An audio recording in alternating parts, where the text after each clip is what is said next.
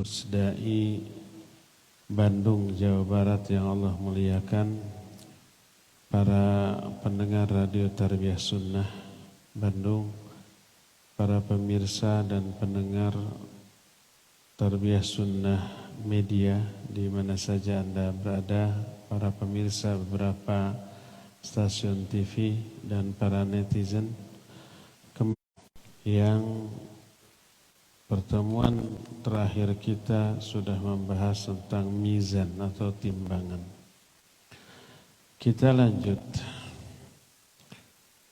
Setelah ditimbang amal-amal kita, kita akan menjumpai sebuah telaga. Telaga ini milik para nabi. Setiap nabi memiliki satu telaga. Dan setiap orang hanya mendatangi telaga nabinya masing-masing. Karena nabi kita adalah Nabi Muhammad SAW, maka kita akan mendatangi telaga Nabi alaihi salatu wassalam. Telaga ini amat sangat luas. Airnya lebih putih daripada susu, lebih manis daripada madu, tapi tidak giung. Giung ini enggak ada terjemahannya. Giung ini manis yang amat sangat sehingga kurang enak. Itu giung. Kalau kita bikin teh manis 1 gelas, terus gulanya sampai 5 sendok penuh.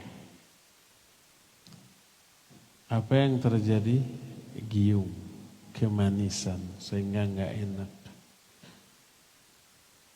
Madu bagi sebagian orang giung, tapi manfaatnya luar biasa.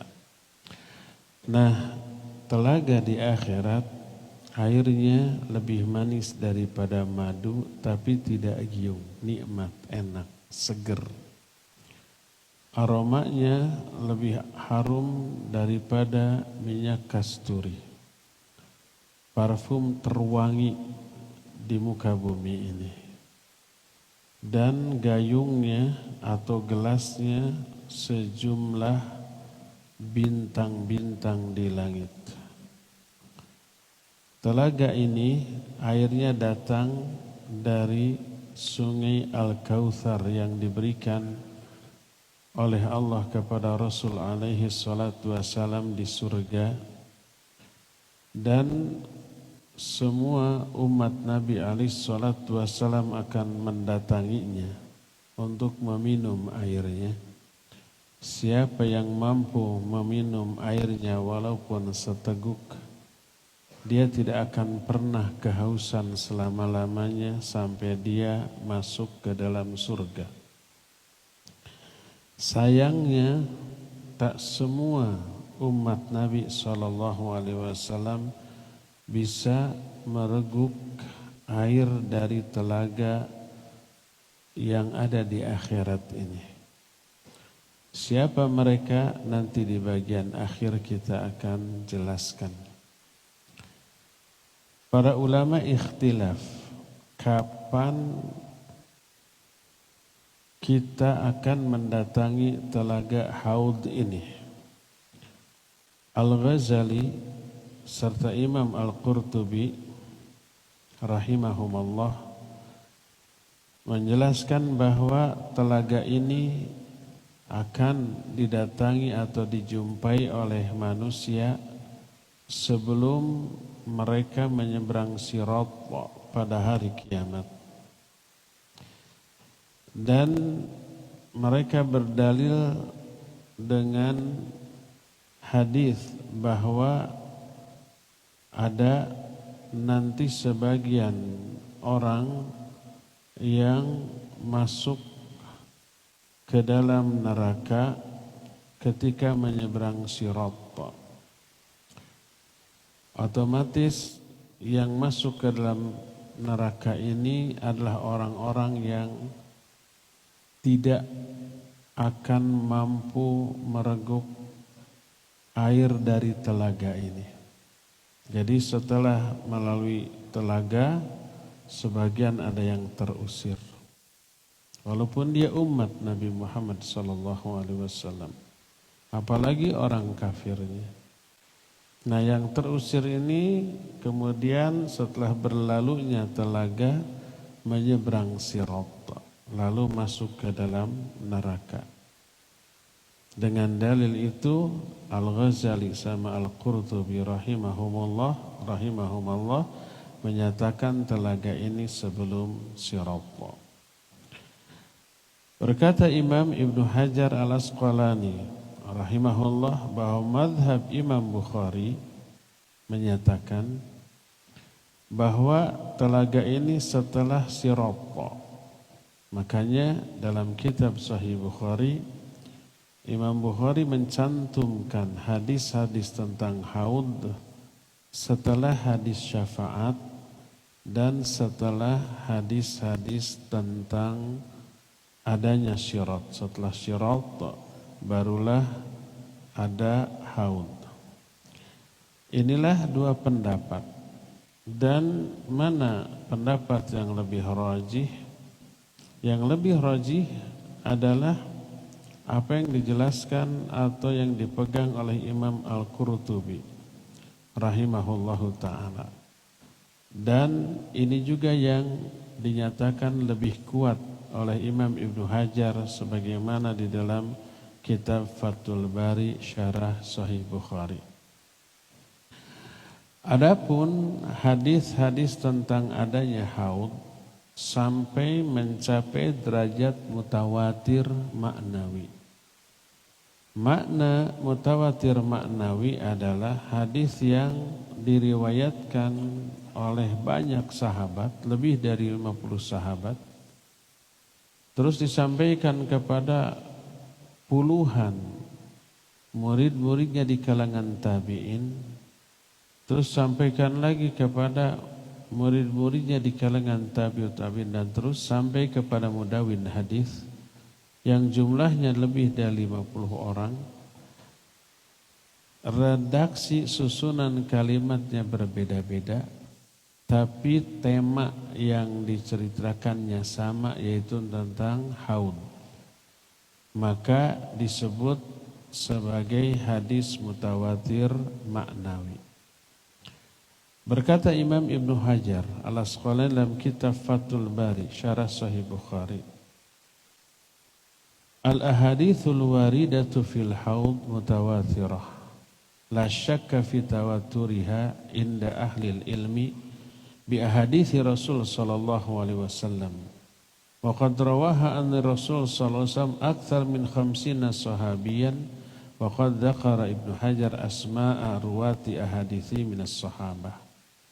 Hadis-hadis yang ada tentang haud mencapai mutawatir. Tak diragukan tentang kemutawatiran hadis ini di kalangan para ahli ilmu hadis. Dan sahabat yang meriwayatkan hadis dari Rasul sallallahu alaihi wasallam tentang haud lebih dari 50 orang.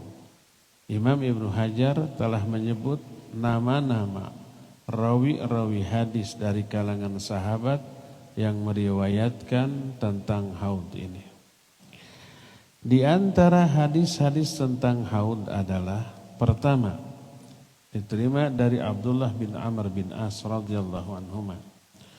Berkata Rasul sallallahu alaihi wasallam, haudi masiratu syahrin wa zawayahu sawa ma'uhu abyad minal laban wa rihu atyabu minal misk wa kizanuhu kanujumis sama may yashrabu minha fala yadma'u abadan. Muttafaqun alaih.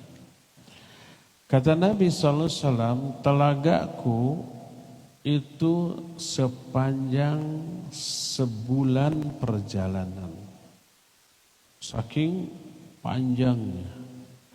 Dan sisi-sisinya semuanya sama. Artinya 4 persegi panjang. Tapi sisi-sisinya sama, bukan 4 persegi sepanjang, tapi apa namanya? Bujur sangkar. Yang lebarnya, panjangnya dari semua sisinya sama, yaitu sejauh sebulan perjalanan. Dan airnya lebih putih daripada susu, wanginya lebih wangi daripada aroma minyak kasturi, dan gelas-gelasnya sebanyak bintang-bintang di langit. Disebut ka nujumis sama, seperti bintang di langit. Dari 2 sisi. Pertama jumlahnya, dan kita tahu jumlah bintang di langit konon miliaran atau mungkin lebih. Dan itu bercahaya. Mungkin terbuat dari emas atau perak atau yang bercahaya seperti itu. Siapa yang minum dari air telaga itu, dia tidak akan pernah kehausan selama-lamanya. Hadis ini muttafaqun alaih. Diriwayatkan oleh Imam Bukhari dan Imam Muslim dalam 2 kitab sahihnya. Ini yang pertama. Kedua, dari Abu Hurairah radhiyallahu anhu. Berkata Rasul sallallahu alaihi wasallam, "Inna haudi ab'ad minal ailah min udan, lahu asyaddu bayadan minas thalaj, wa ahalla minal asl bil laban, wa la aniyatuhu akthar min adadin nujum, wa inni la asuddun nasa anhu kama yasuddur rajulu ibilan nas an haudhihi." Telagaku lebih jauh dibanding jarak dari sini ke Ailah. Ailah itu nama kota di Yordania. Nabi SAW posisinya sedang di mana? Di Madinah. Bayangkan jarak satu sisinya aja dari Madinah sampai ke satu kota di Yordania. Airnya itu lebih putih daripada salju, lebih manis daripada madu, dan jumlah gelas-gelasnya lebih banyak dibanding bintang-bintang di langit. Dan aku menghalau orang-orang, menghalau apa? Mengusir orang-orang yang bukan umatku seperti seorang pemilik unta mengusir unta-unta orang lain dari tempat minumnya. Jadi setiap orang yang memiliki beberapa unta punya tempat minum sendiri. Dipanggil unta untuk minum. Kadang ada unta orang lain yang ikut, digebah, dihalau. Dihalau itu apa? Bukan dihalau, tapi diusir supaya pulang ke kandangnya, ke pemiliknya masing-masing. Nabi SAW menghalau orang lain yang bukan umatnya agar tidak minum di telaganya, dan membiarkan hanya umatnya saja yang minum di telaganya. Kalau para sahabat bertanya, "Ya Rasulullah, ata'rifuna yauma idzin?" Wahai Rasulullah, apa engkau mengenali kami enggak pada saat itu?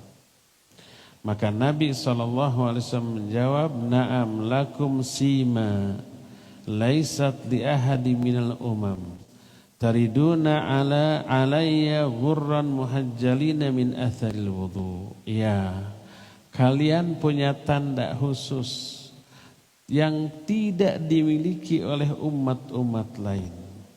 Kalian akan datang ke telagaku dalam keadaan wajahnya sumringah, bercahaya karena bekas wudu. Jadi walaupun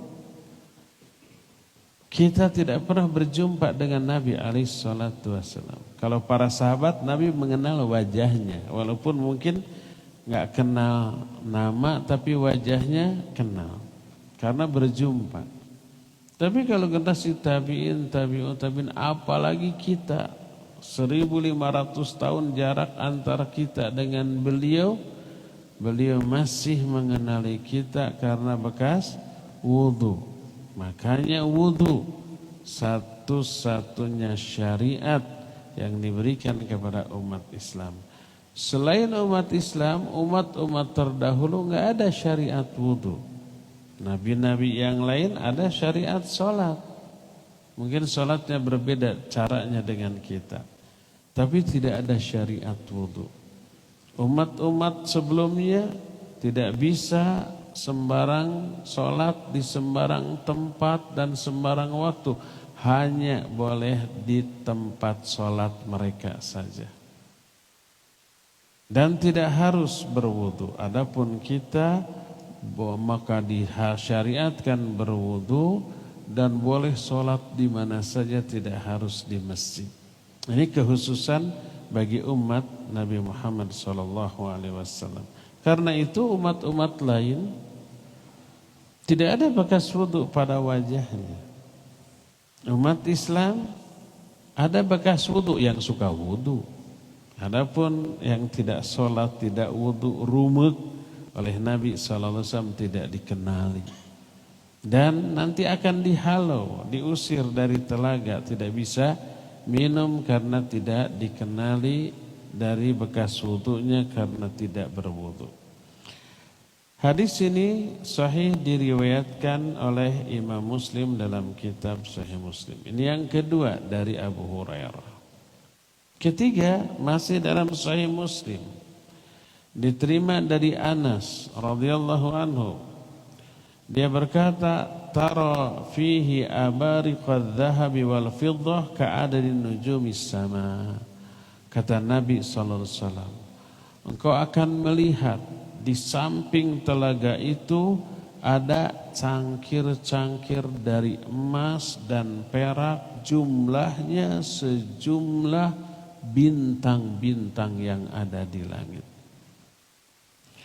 Dalam riwayat lain yang diterima dari Thauban radhiyallahu anhu, dia berkata, su'ila an syarabihi.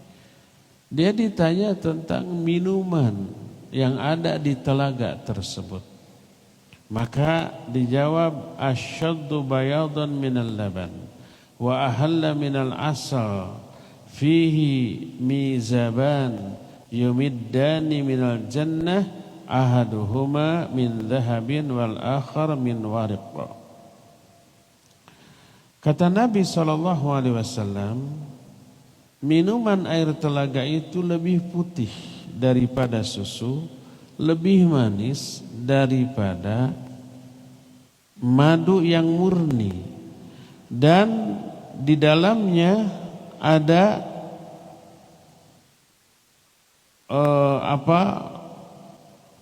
pagar atau pembatas yang menahan air agar tidak meluber ke samping kemana-mana. Sumber air itu dari surga.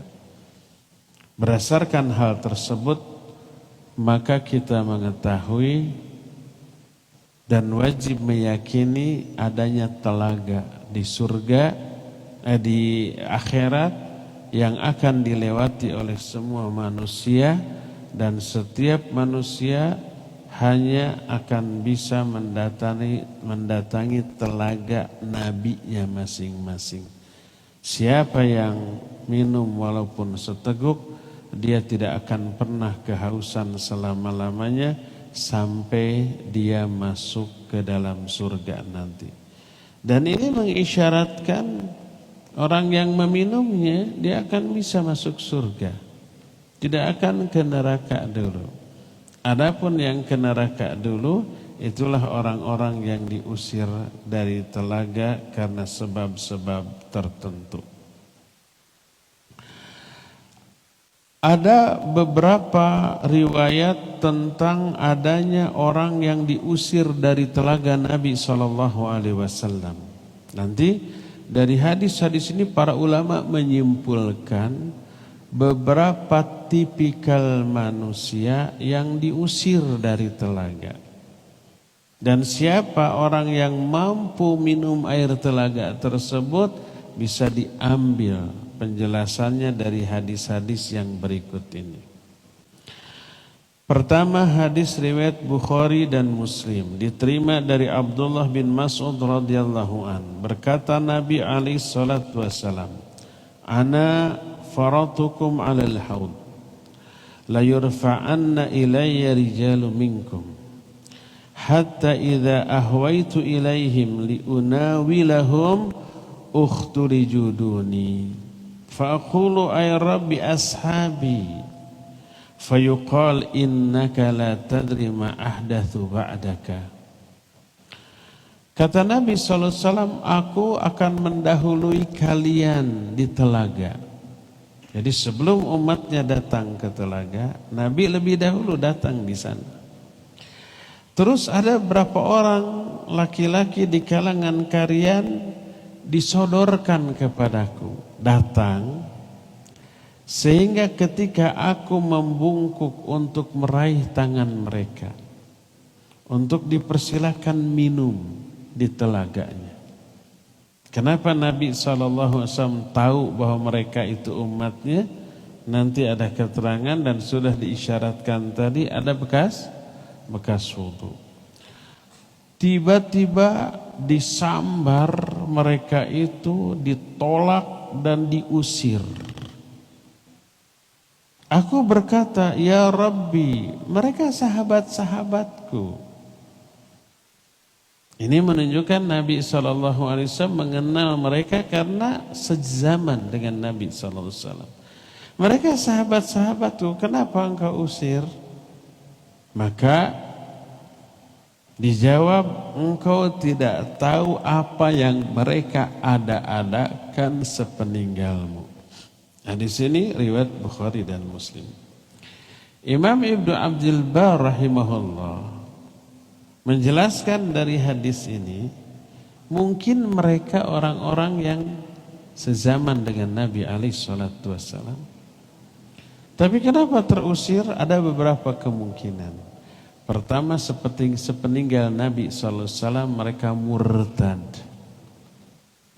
Dan ini kenyataan, setelah Nabi wafat beberapa sahabat banyak yang murtad.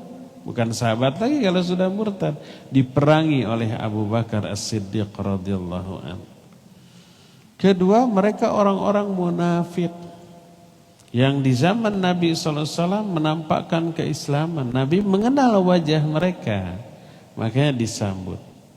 Tapi ternyata mereka diusir dari telaga. Yang ketiga, mereka orang-orang yang sepeninggal Nabi SAW mengada-adakan kebid'ahan. Terjerumus ke dalam pemahaman khawarij takfiri. Ketika Nabi SAW membagikan ghanimah pada waktu perang Hunain, ada orang-orang yang protes keras, i'dil ya Muhammad fa innaka la ta'dil. Berbuat adillah engkau hai Muhammad karena engkau tidak adil.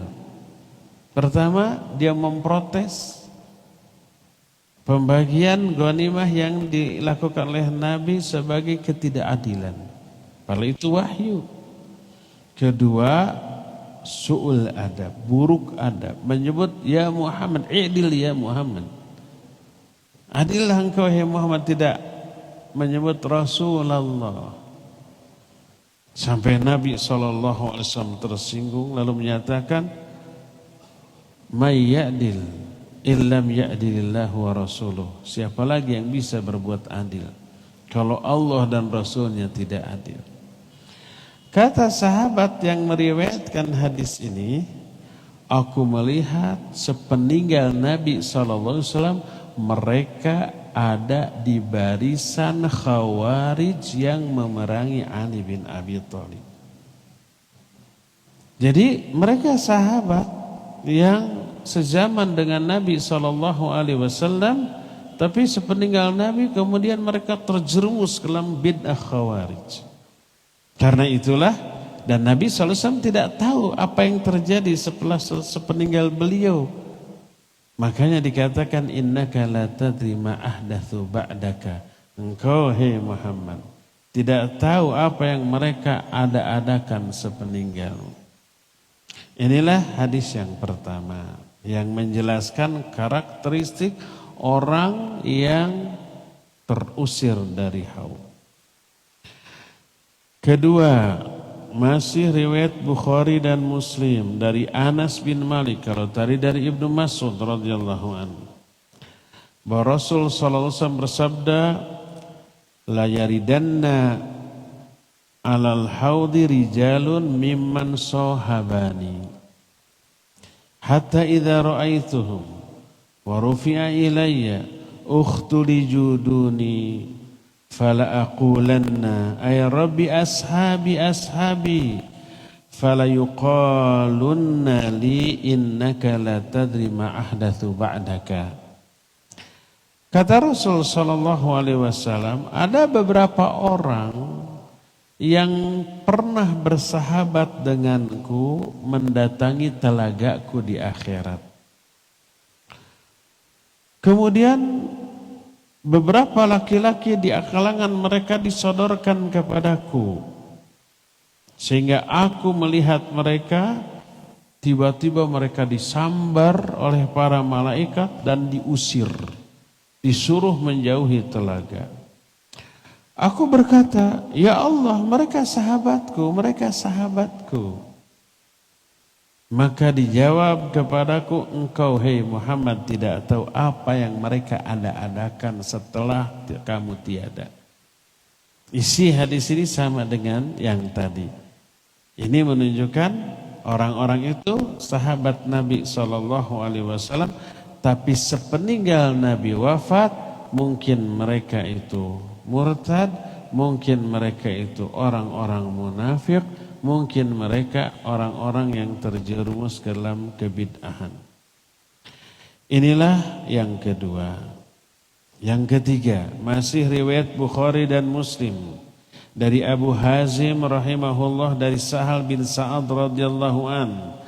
Dia berkata, aku mendengar Rasul sallallahu alaihi wasallam bersabda, ana faratukum 'alal haud, man warada syariba wa man syariba lam yadma abadan wa la yaridanna alayya aqwamun a'rifuhum wa ya'rifunani thumma yuhalu baini wa bainahum. Qala Abu Hazim, fasami'a an-Nu'man bin Abi Iyas wa ana uhaddithuhum hadzal hadits faqala hadza sami'tu Sahal yaqul faqultu na'am. Qal wa ana ashhadu anna Abi Sa'id al-Khudri la sami'tuhu yazid fayaqul fa innahum minni fayuqal innaka la tadri ma ahdatsu ba'daka faqul suhqan liman baddala ba'di. Abu Hazim rahimahullah, Abu Hazim ini seorang tabi'in, meriwayatkan sebuah hadis dari Sahal bin Sa'ad radhiyallahu anhu. Kata Sahal, aku mendengar Rasul sallallahu alaihi wasallam bersabda, aku akan mendahului kalian di telaga. Siapa yang mendatangi telaga, dia akan minum. Siapa yang minum air telaga itu, dia tidak akan haus selama-lamanya. Kemudian ada beberapa orang yang datang. Aku kenal mereka, mereka pun mengenal aku.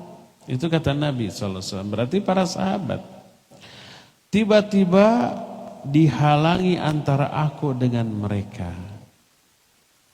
Kata Abu Hazm,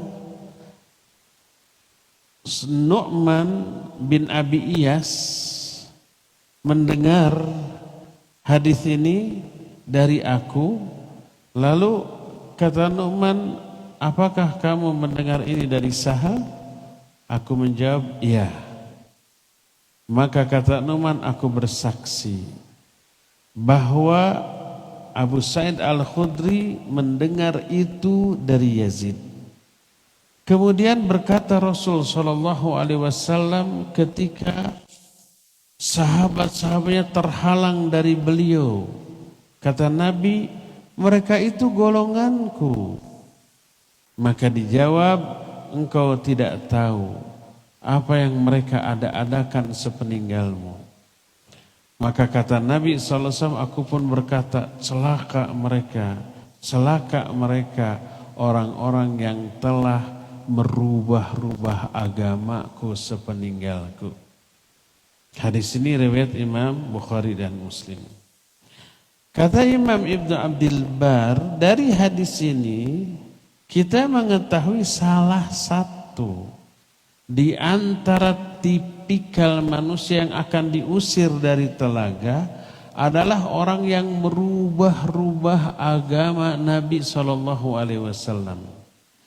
Menambah, mengurang atau merubah. Apa yang tidak dilakukan, diamalkan oleh Nabi SAW, terus dilakukan oleh orang-orang yang hidup setelahnya dan dianggap bagian dari agama ini. Ditambahkanlah itu kepada agama ini atau dirubahlah beberapa ritual dari agama ini, maka merekalah orang-orang yang akan terusir dari telaga ini. Ini hadis yang ketiga. Hadis keempat masih riwayat Bukhari Muslim, diterima dari Abu Hurairah radhiyallahu anhu. Jadi dari awal dari Ibnu Mas'ud, yang kedua dari Anas bin Malik, yang ketiga dari Abu Sa'id Al-Khudri dan Sahal, yang keempat ini dari Abu Hurairah. Berkata Nabi SAW, yaridu alayya yaumal qiyamati rahtun min ashabi aw qala min ummati fayuhliuna anil haudi fa aqulu ya rabbi ashabi fayaqulu innahu la ilma laka bima ahdathu ba'dak innahum murtaddu ala adbarihim al-qahqari. Kata Rasul sallallahu alaihi wasallam, ada beberapa orang sahabatku mendatangi aku pada hari kiamat. Lalu ternyata mereka diusir dari telagaku. Aku berkata, ya Allah, mereka sahabat-sahabatku. Dijawab, sesungguhnya engkau tidak mengetahui apa yang mereka ada-adakan sepeninggalmu. Mereka murtad kembali ke belakang sepeninggalmu. Hadis ini sahih riwayat Imam Bukhari dan Muslim. Dalam hadis yang hanya diriwayatkan oleh Imam Bukhari, berkata Nabi SAW, bainama ana qaimun al-haud idza zumratun hatta idza araftuhum kharaja rajulun min baini wa bainahum faqala halluma faqultu ila aina faqala ila an-nari wallahi faqultu ma sya'nuhum faqala innahum qad irtaddu ala adbarihimul qahqari. Ketika aku sedang berdiri di dekat telaga, tiba-tiba ada sekelompok orang. Aku mengenal mereka, berarti sahabat-sahabat. Tiba-tiba muncul seseorang dari barisan sahabatnya, kemudian dia berkata, ayo kita pergi. Aku bertanya ke orang itu, pergi ke mana? Dia berkata, pergi ke neraka demi Allah. Lalu aku bertanya, ada apa dengan mereka? Sampai ngomong ngajak ke neraka. Dijawab oleh para malaikat, mereka orang-orang yang murtad, mundur kembali ke belakang sepeninggalmu. Jadi dia murtad dan mengajak orang-orang lain untuk murtad. Dan diikuti. Makanya di akhirat ketika sampai di telaga, orang ini bukan ngajak minum air telaga, malah hayo kita ke neraka. Dan diikuti oleh kelompok tersebut. Thumma idza zumratun ukhra hatta araftuhum kharaja rajulun min baini wa bainahum.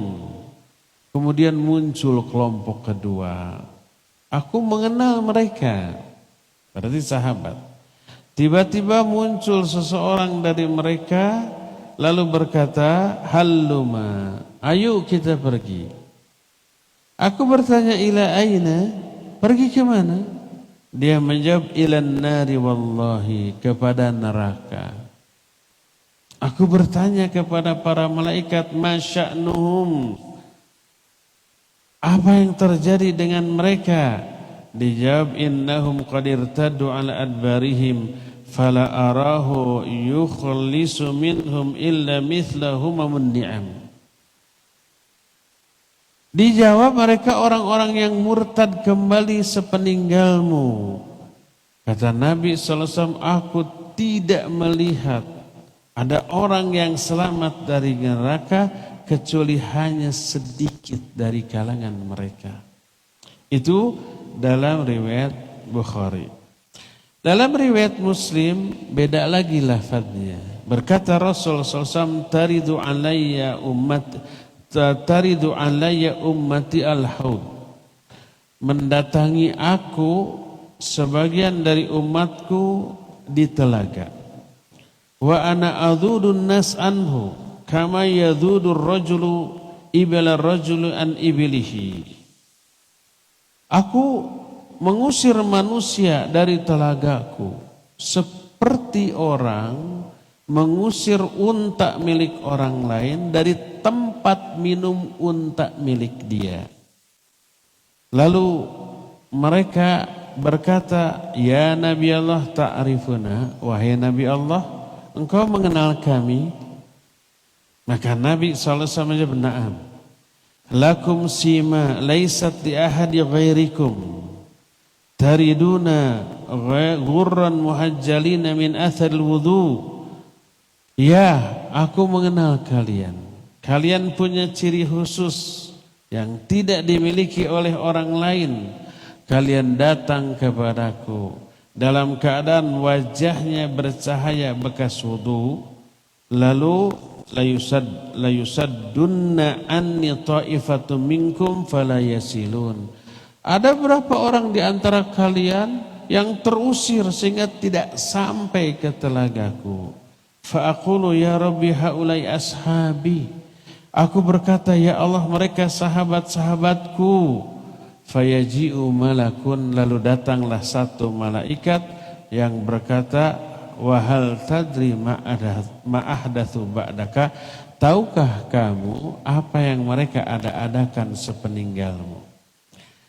Dari sini kita mengetahui seperti yang dijelaskan oleh Imam Ibnu Abdil Bar rahimahullah, kata beliau, mereka yang terusir dari telaga Nabi SAW, padahal mereka itu ada bekas wudu di wajahnya, suka wudu, suka sholat, tapi terusir dari telaga Nabi SAW oleh para malaikat. Dikatakan mereka orang-orang yang suka mengada-adakan perkara baru dalam agama ini.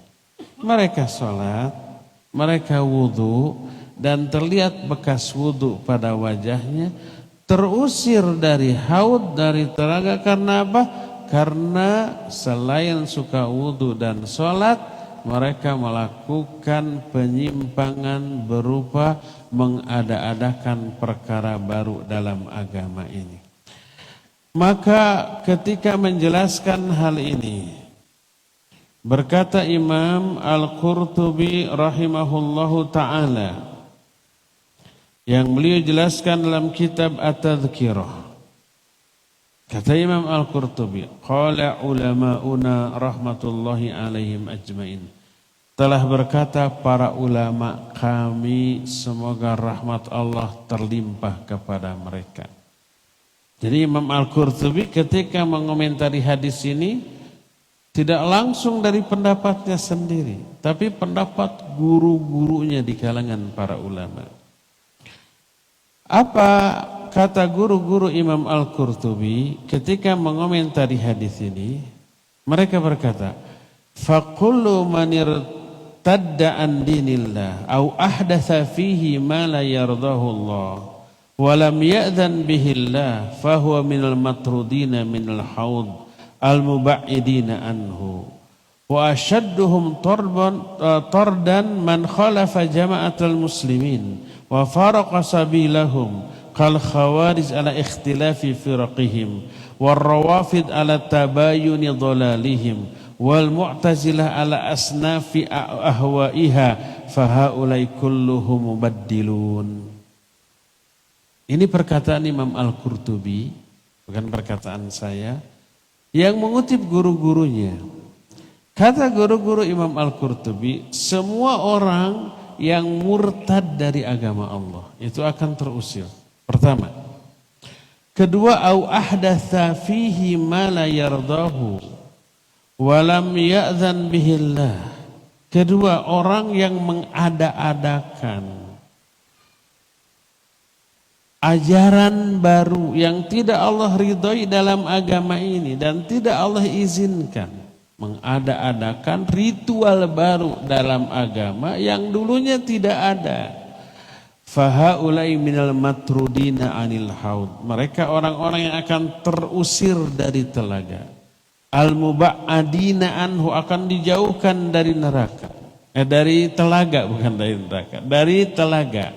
Wa asyaduhum tardan, dan orang yang paling keras terusirnya dari telaga ini man khalafa jama'atal muslimin, orang yang menyelisihi jamaah kaum muslimin, menyimpang dari jalan hidup mereka, seperti khawarij dengan beragam firqah pemikiran di kalangan mereka, seperti rawafid itu Rafidah Syiah,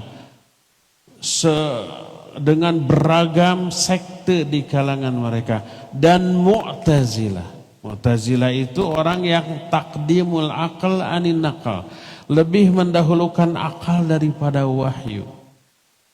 Kalau ada ayat yang tidak masuk akal, ditakwil agar sesuai dengan akal mereka. Kalau ada hadis sesahih apapun enggak masuk akal, ditolak, dianggap dhaif. Itu Mu'tazilah. Nah, merekalah orang-orang yang dianggap merubah agama ini atau menambah-nambah kepada agama ini. Ini yang pertama, para ahlul bid'ah dan orang-orang murtad. Kedua, wa kadzalika dzalamatul musrifuna fil juri wadh-dhulm wa tatmisil haqqi wa qatli ahlihi wa idlalihim wal mu'linuna bil kabair al mustakhfuna bil ma'asi wa jama'atu ahli zaig wal ahwa wal bidah. Kedua, demikian juga orang-orang yang zalim, orang-orang yang suka menganiaya pihak lain, orang-orang yang suka menentang kebenaran dan membunuh orang-orang yang membunuh dan menghinakan orang-orang yang menyebarkan kebenaran. Demikian juga orang yang terang-terangan di dalam melakukan perbuatan-perbuatan dosa. Terang-terangan mabuk, terang-terangan judi, terang-terangan maling, merampok, terang-terangan berzina dan seterusnya. Dan mereka pengekor hawa nafsu dan penyebar kebidahan, termasuk orang-orang yang akan terusir dari telaga ini. Sampai-sampai setelah diberitahu, Nabi SAW pun menyatakan, suhqan liman baddala dini, celaka orang-orang yang merubah-rubah agamaku ini. Sampai Nabi pun mendoakan seperti itu. Dari sinilah maka kita ambil kesimpulan dari beberapa hadis ini, seperti kesimpulan yang diterangkan oleh Imam Ibnu Abdul Bar, bahwa orang-orang yang akan bisa mereguk minuman air telaga tersebut adalah orang-orang yang memiliki beberapa kriteria berikut ini. Pertama, al-multazimuna bi kitabillahi wa sunnati rasulih sallallahu alaihi wasallam ala fahmi ahlihima. Pertama, mereka yang akan bisa mendatangi telaga dan minum airnya adalah orang-orang yang berpegang teguh kepada Quran Sunnah melalui pemahaman para ahlinya. Siapa ahlinya? Para ulama. Ini Al-Quran, ini hadis difahami melalui pemahaman penjelasan para ulama dalam kitab-kitab mereka. Kalau ada ayat, buka tafsirnya. Kalau ada hadis, buka kitab syarah tentang hadis tersebut. Sampaikan apa yang dijelaskan oleh para ulama tentang ayat dan hadis itu. Itu yang pertama. Dan berpegang teguh kepada hal tersebut. Tidak mencocok-cocokkan agama ini dengan budaya, kultur, adat, kebiasaan yang sudah berurat akar di tengah masyarakat. Yang menjadi barometer kebenaran apa? Quran Sunnah. Karena itu wahyu. Adapun budaya, adat, kebiasaan itu produk siapa? Manusia. Namanya juga budaya. Kita kan pernah belajar budaya itu hasil budidaya manusia, hasil olah fikir, olah rasa, ya, olah intuisi manusia melahirkan sebuah konsep dalam kehidupan, itulah budaya. Itu karya orang. Orang bisa salah, bisa benar. Satu orang pola fikirnya berbeda dengan orang lain sehingga bisa berbeda. Adapun wahyu Quran Sunnah ini sumbernya dari Allah Azza wa Jalla. Itulah barometer kebenaran. Itu yang pertama. Yang kedua, orang yang akan minum dari telaga Rasul sallallahu alaihi wasallam adalah orang yang selalu menjaga wudu mereka. Selalu memelihara wudunya, karena dengan wudu inilah mereka akan dikenali oleh Rasul sallallahu alaihi wasallam dari wajahnya. Wajahnya itu bercahaya. Wajahnya itu terlihat oleh Nabi sallallahu alaihi wasallam mengeluarkan cahaya yang dengan itu mereka dikenali sebagai umat Nabi sallallahu alaihi wasallam. Ini yang kedua, pelihara wudu. Yang ketiga, menjauhi seluruh kebid'ahan. Terutama dalam masalah akidah. Termasuk kebid'ahan dalam masalah ibadah. Kalau kebid'ahan dalam masalah akidah seperti Mu'tazilah yang menolak, mengingkari sifat-sifat Allah, kecuali satu sifat Allah yang mereka akui, yaitu Allah itu esa, hanya itu. Ini pun konsep esanya Allah menurut Mu'tazilah dengan Ahlu Sunnah berbeda. Seperti Khawarij yang mengkafirkan para pelaku dosa besar. Seperti Khawarij yang menganggap di luar kelompok mereka kafir, keluar dari Islam, neraka abadi selama-lamanya. Ini Khawarij. Maka Ahlus Sunnah wal Jamaah menyatakan tidak keluar dari Islam pelaku dari dosa-dosa besar. Orang yang melakukan dosa besar dia tetap muslim, tapi muslim yang berdosa besar. Tapi dosa besarnya tidak mengeluarkan mereka dari kekafiran. Tapi terancam dengan neraka? Iya, terancam. Bukan vonis ya. Bukan pastikan neraka, bukan, terancam. Seperti penjudi, terancam dengan neraka. Pezina, pemabuk, pencuri, bahkan yang ghibah, yang dusta terancam dengan neraka, terancam. Bukan vonis pasti masuk neraka, enggak. Sebagaimana orang yang memelihara sholat waktu dijanjikan surga. Ini janji loh, belum vonis masuk ahli surga. Orang yang memelihara sholat rawatib dijanjikan, dibikinkan istana di surga. Ini bukan vonis loh, baru janji loh. Ada orang melakukan amalan yang terancam dengan neraka, tapi juga melakukan amalan yang dijanjikan surga. Ada yang begitu? Mungkin kita. Kita memelihara sholat yang 5 waktu, memelihara sholat sunat rawatib, memelihara umpamanya saum Senin Kamis, apalagi Ramadan, itu semua dijanjikan surga. Tapi kita juga suka bergibah, diancam neraka. Kita juga suka berdusta, diancam neraka. Kita juga suka menyakiti tetangga, diancam neraka.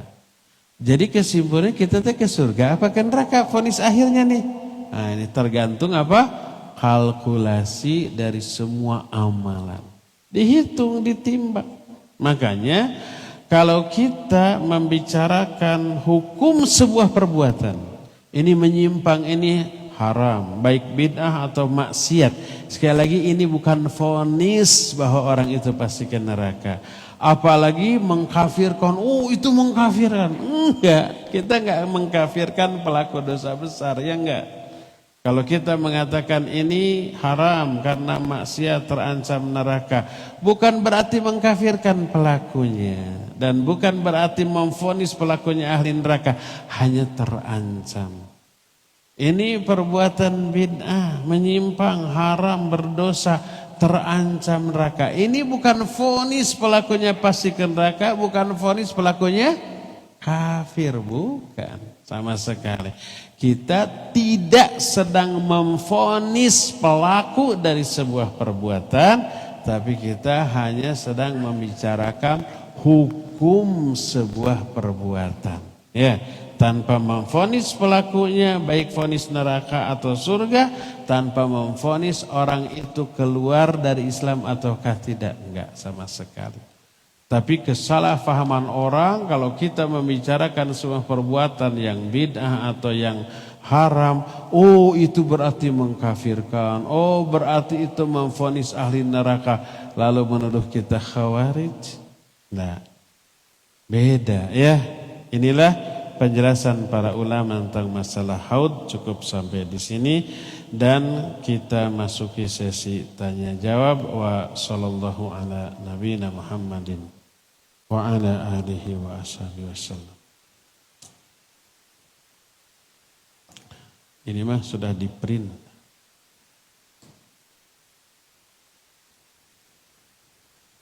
Saat di alam kubur kita diperlihatkan apakah termasuk ahli surga atau neraka. Saat dihisab kita juga diperlihatkan buku catatan amal yang nantinya akan masuk surga atau neraka. Saat yaumul mizan ditimbang juga amalan kita dan nanti pun pada saat di sirat akan menentukan akan terjatuh dalam neraka atau tidak. Pertanyaannya, yang paling menentukan untuk seorang hamba akan masuk surga atau masuk neraka itu di tahapan mana? Yang paling menentukan ketika di sirat. Di sirat yang ahli neraka masuk ke neraka. Yang ahli surga sampai ke seberang. Walaupun dalam keadaan terkoyak-koyak, dalam keadaan merangkak, ada yang sampai ke seberang, ada. Sudah kita terangkan ya. Itu yang paling menentukan.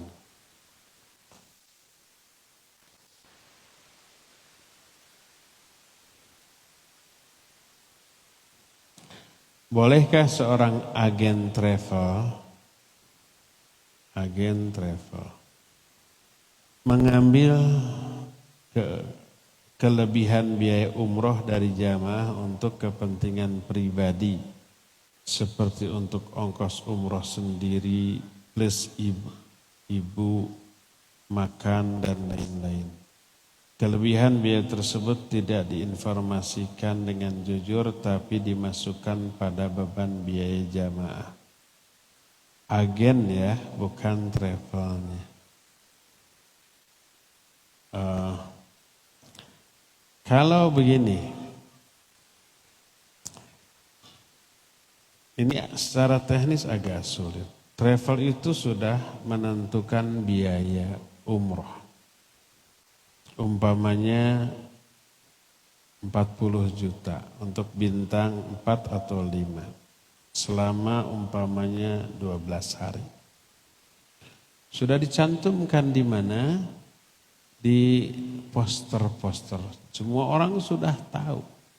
Lalu kita ingin menjadi agen. Lalu kita tawarkan 45 juta ke jamaah. Gitu maksudnya. Ini secara teknis susah. Kenapa? Karena jamaah tahu ini 40 di posternya ada. Itu pertama. Kedua, nanti kan si jamaah yang daftar itu wajib transfer ke travel atas nama rekening travel. Rekeningnya atas nama travel, bukan ke si agen. Nggak boleh bayar ke si agen. Kalau bayar ke si agen bahaya, nanti agennya kabur, nggak jadi berangkat, travel nggak bisa disalahkan. Jadi nggak ada yang kayak begitu. Kalau ada yang kayak begitu berisiko terjadinya penipuan. Jadi secara teknis ini tidak mungkin. Yang mungkin adalah agen itu nanti dapat fee dari travel. Umpamanya travel menjual paket umroh satu orang 40 juta.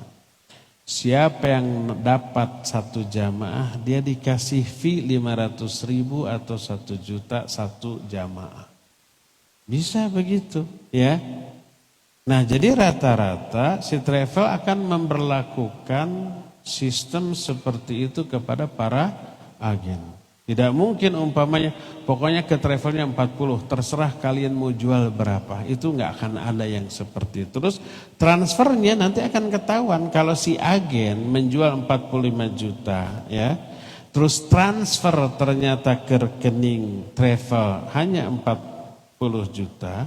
5 jutanya nanti ke agen nggak akan mau di jamaah ya. Jadi kalau caranya seperti itu berisiko adanya penipuan, adanya masalah. Yang mungkin adalah si travel nanti menjanjikan ke agen. Kalau agen mampu mencari satu jamaah, dia dapat fee 1 juta. 10 jamaah 10 juta. Itu halal, itu halal. Jadi nanti si jamaah tetap transfer 40 juta ke si travel nanti ngasih fee ke si agen. Itu mekanismenya ya. Halal, halal kalau demikian.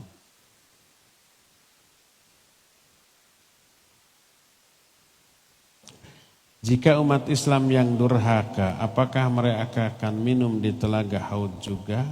Dan jika sudah minum terus masuk neraka, apakah mereka akan kehausan di neraka atau tidak?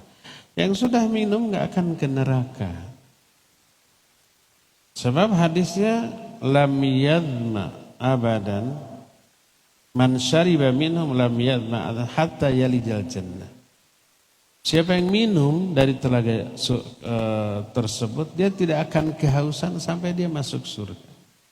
Dia akan ke neraka kalau yang bisa minum air telaga tersebut ya.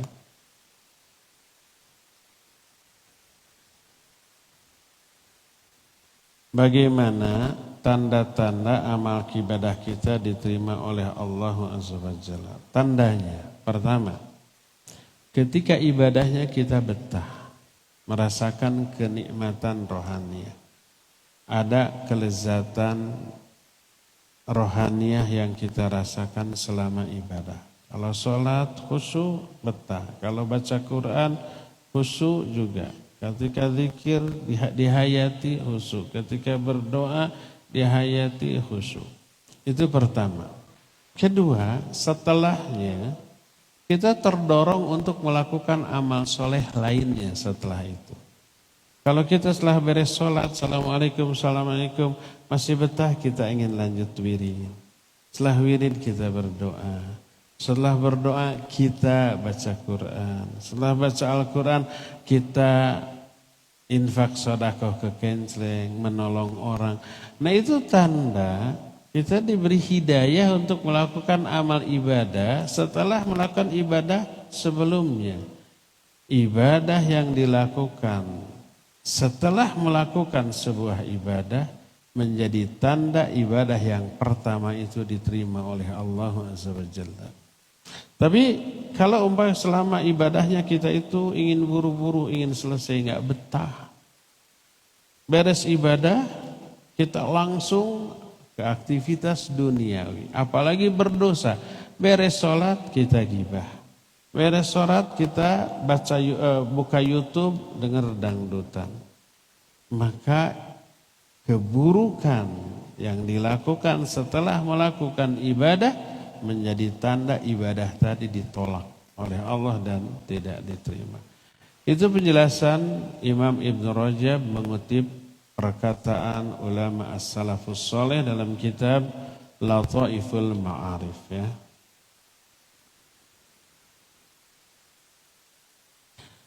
Anak-anak mondok di Ma'had Sunnah dikarenakan bergaul dengan temannya yang mempunyai keyakinan bahwa ilmu filsafat adalah baik, maka anak-anak terpengaruh dan banyak pemikirannya yang salah tak sesuai syariat Islam. Masa Ma'had Sunnah gitu?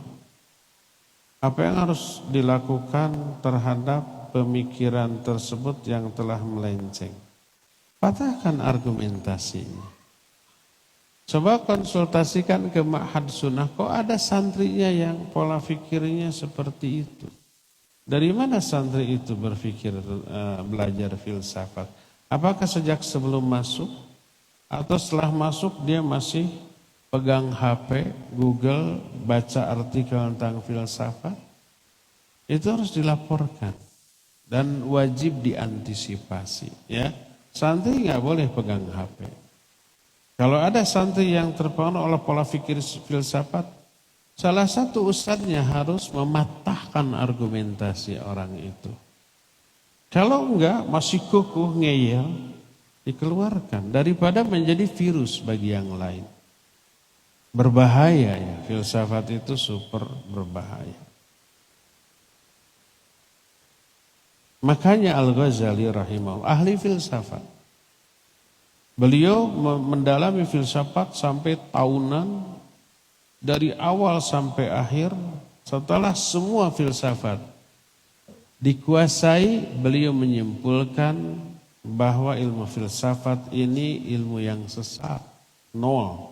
Lalu beliau mengkritik pola fikir filsafat, lahirlah buku yang berjudul Tahafutul Falasifah, kritik untuk para filosof. Ya, beliau bukan hanya baca satu dua, tapi sudah mempelajari secara detail, mendalam, dan mempraktekannya.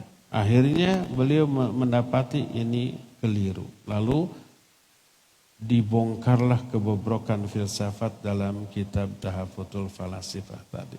Makanya di perguruan tinggi Islam ada satu mata kuliah namanya ilmu kalam. Ilmu kalam itu filsafat Islam. Atau sering juga disebut ilmu tauhid. Nah, ada lagi yang disebut ilmu mantiq, ilmu logika. Di awal materi ilmu mantiq dibahas apa hukum mempelajari ilmu mantiq. Ilmu mantiq itu sama dengan filsafat. Bedanya, kalau filsafat berangkat dari keraguan-raguan, lalu dicari dalil-dalil akal untuk memperoleh keyakinan. Maka setelah diperoleh keyakinan baru diyakini. Itu filsafat. Kalau ilmu mantik berangkat dari keyakinan tentang kebenaran Islam, bahwa Allah itu esa. Contohnya, bahwa Islam itu benar. Lalu dicari dalil-dalil akal untuk memperkuat ini. Kesamaan ilmu mantik dan filsafat sama-sama berdasarkan akal. Hanya berbeda dari titik pemberangkatan. Kalau filsafat berangkat dari keraguan, dicari dalil-dalil akal, didapat keyakinan. Kalau mantik berasal dari keyakinan, dicari dalil-dalil akal untuk memperkuat keyakinan. Itu bedanya dan ini persamaan. Para ulama membahas bagaimana hukum mempelajari ilmu mantik atau ilmu kalam. Semua ulama sepakat haram, kecuali bagi orang yang memiliki dua kriteria, dua syarat. Syarat pertama memiliki iman yang kuat tentang akidah Ahlus Sunnah. Syarat yang kedua memiliki ilmu yang mumpuni, yang bisa membantah semua kekeliruan penyimpangan yang ada dalam filsafat, baru dengan dua syarat ini boleh mempelajari. Itulah yang dilakukan oleh para ulama. Al-Ghazali termasuk orang yang seperti ini, sudah berilmu dulu, kuat keyakinannya, lalu belajar filsafat, dibongkar kebobrokan filsafat. Syekhul Islam Ibn Taimiyah, orang yang berilmu dan beriman, dia mempelajari filsafat, lalu dijelaskan kebobrokan filsafat, ya. Adapun bagi orang yang imannya lemah, ilmunya dangkal, lalu belajar filsafat, dia akan terpengaruh. Itu berbahaya, makanya diharamkan yang seperti. Sampai Imam Syafi'i rahimahullah, hukmi ala ahlil kalam. Hukum yang aku tetapkan bagi ahli kalam adalah diarak keliling kampung sambil dipukuli dengan pelepah kurma, sambil dikatakan inilah hukuman bagi orang-orang yang meninggalkan kitab sunnah dan beralih ke ilmu kalam. Ini baru ilmu kalam, belum filsafat, ya. Maka itulah yang dilakukan oleh para ulama sejak zaman dahulu. Jadi kalau ada santri memiliki keyakinan seperti dan pola pikir seperti kaum filosof dan berbahaya, coba diluruskan, dipatahkan argumentasi, dibongkar pola pikir yang keliru tentang dia, lalu disuruh tobat dan belajar Quran Sunnah. Kalau enggak, lebih baik dikeluarkan daripada nanti merembet kepada santri yang lain.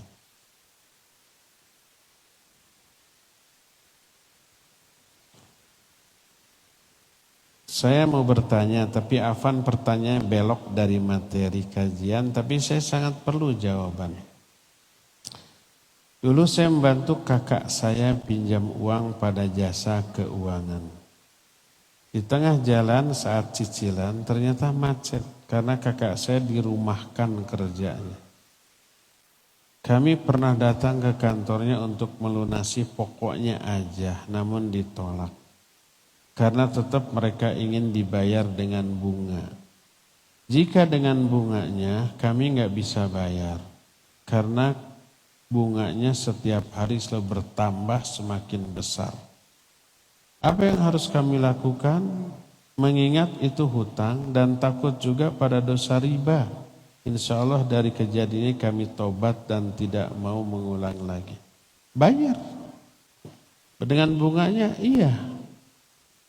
Sebab kalau tidak dibayar dengan bunganya, pokoknya aja lunas, itu bunganya berbunga lagi, tetap dikejar loh. Jadi kita membayar dengan bunganya bukan karena menganggap halal terhadap bunganya, tapi karena untuk lepas dari jeratan ribanya. Selama belum lunas sampai bunganya dikejar terus. Bisa dipidana? Bisa.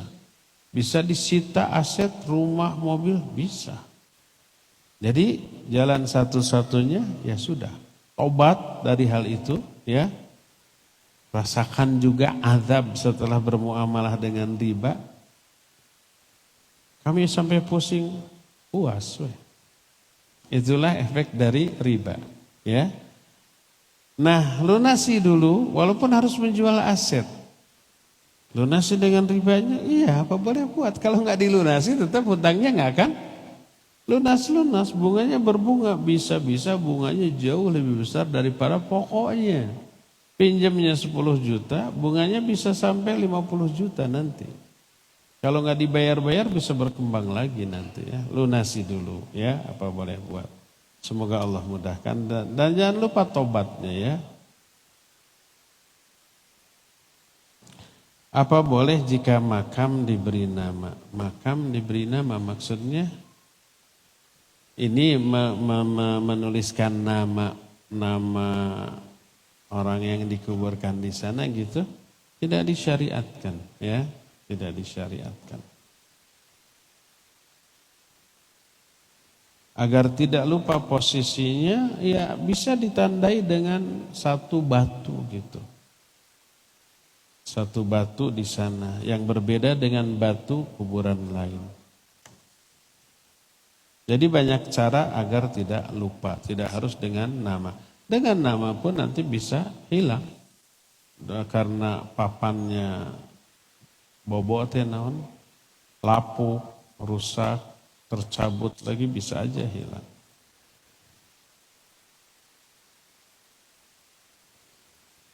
Berapa batasan fidyah yang dikeluarkan apabila diuangkan? Tidak boleh diuangkan, harus dengan makanan. Allah berfirman dalam surah Al-Baqarah, fidyatu wa 'alal ladzina yutiqunahu fidyatu ta'amu miskin. Bagi orang yang tidak mampu saum adalah membayar fidyah dengan cara memberi makan, bukan memberi uang. Memberi makan orang miskin. Kalau memberi uang nanti dibeliin pulsa, pepetasan, dilempar ke masjid, kayak gitu nanti. Kasih makanan, baik makanan jadi satu porsi yang biasa kita makan sehari-hari, jangan licik.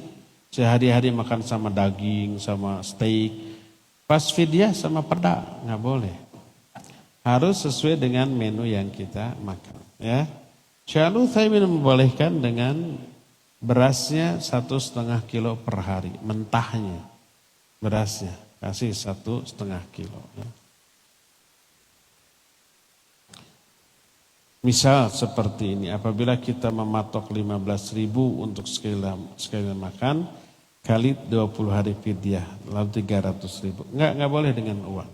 Fidyah itu memberi makan, bukan memberi minum. Boleh enggak kita memasak sendiri? Boleh, ya, dengan menu yang biasa kita makan.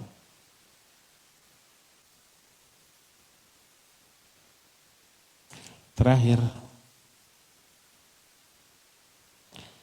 jika golongan yang 70.000 masuk surga tanpa hisab dan azab, apa masih dihisab? Enggak kan, enggak tanpa hisab. Apa masih dihisab? Kan tidak dihisab. Dan melewati sirat. Atau langsung masuk surga. Iya, hisab itu sudah dijelaskan dari mulai kita di alam mahsyar, di padang mahsyar sampai ditimbang, dibagi buku catatan gitu ya, itu semuanya hisab. Nah, orang yang masuk surga tanpa hisab itu tidak melewati semua fase tadi, ya. Tanpa hisab, tanpa azab, artinya tidak masuk dulu ke dalam neraka, ya. Wallahu a'lam. Cukup ya sampai di sini, insyaallah kita jumpa kembali untuk sekarang hari Selasa. Kamis kita jumpa lagi di Masjid Al-Ukhwah jam 9 untuk benteng wanita muslimah. Wa sallallahu ala nabiyina Muhammadin wa ala alihi wa ashabihi wasallam. Wassalamualaikum warahmatullahi wabarakatuh. Waalaikumsalam warahmatullahi wabarakatuh.